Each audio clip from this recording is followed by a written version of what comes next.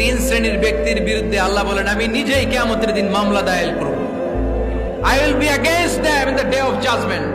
Three categories of people I will be against them in the day of judgment. তিন শ্রেণীর লোক কিয়ামতের দিন তারা ছাড় পাবে না। আল্লাহ বলেন আমি নিজেই তাদের বিরুদ্ধে মামলা দায়ের করব। এর মধ্যে এক শ্রেণীর লোক হচ্ছে রাজুলুন ইস্তাআজারা জিরান ফাস্তাউফা মিনহু ওয়া লাম ইয়াতি আজরা। একজন শ্রমিক ভাড়া করে তার কাছ থেকে কাজ নিয়েছে কিন্তু তার পারিশ্রমিক আদায় করে নাই। এরকম আছে না নাই? দাপট দেখায় ইউনিভার্সিটির ক্যান্টিন গুলোতে, ইউনিভার্সিটির ক্যান্টিনে যে খায় মাগার বিল দেয় না, এরকম ডাকাইত আছে না নাই? চায়ের দোকানে চা খায় আগে পরে দিমু বিল দেয় না, আছে না নাই?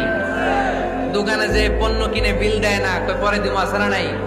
কিয়ামতের দিন আল্লাহ তোরে মাস্তানি ছুটাবে, চিল্লা এখন ঠিক কিনা? আনা খাসমুহুম, আমি নিজেই তাদের বিরুদ্ধে মামলা দায়ের করব। কথাটা কার? এজন্য বিশ্বনবী বললেন খবরদার, মেহনতি মানুষ, খেটে খাওয়া মানুষ, এদের দোয়া কবুল হয়ে যায়। আতুল আজিরা আজরাহু ক্বাবলা আন ইয়াজিফা আরাকুহু। খবরদার, বিশ্বনবী বললেন শ্রমিকের ঘাম শুকিয়ে যাওয়ার আগে তাদের পারিশ্রমিক মিটিয়ে দাও। বিশ্বনবীর বিখ্যাত হাদিস, আতুল আজিরা আজরাহু ক্বাবলা আন ইয়াজিফা আরাকুহু। শ্রমিকের ঘাম মাটিতে লাগার আগে, শুকিয়ে যাওয়ার আগে তাদের পারিশ্রমিক মিটিয়ে দাও।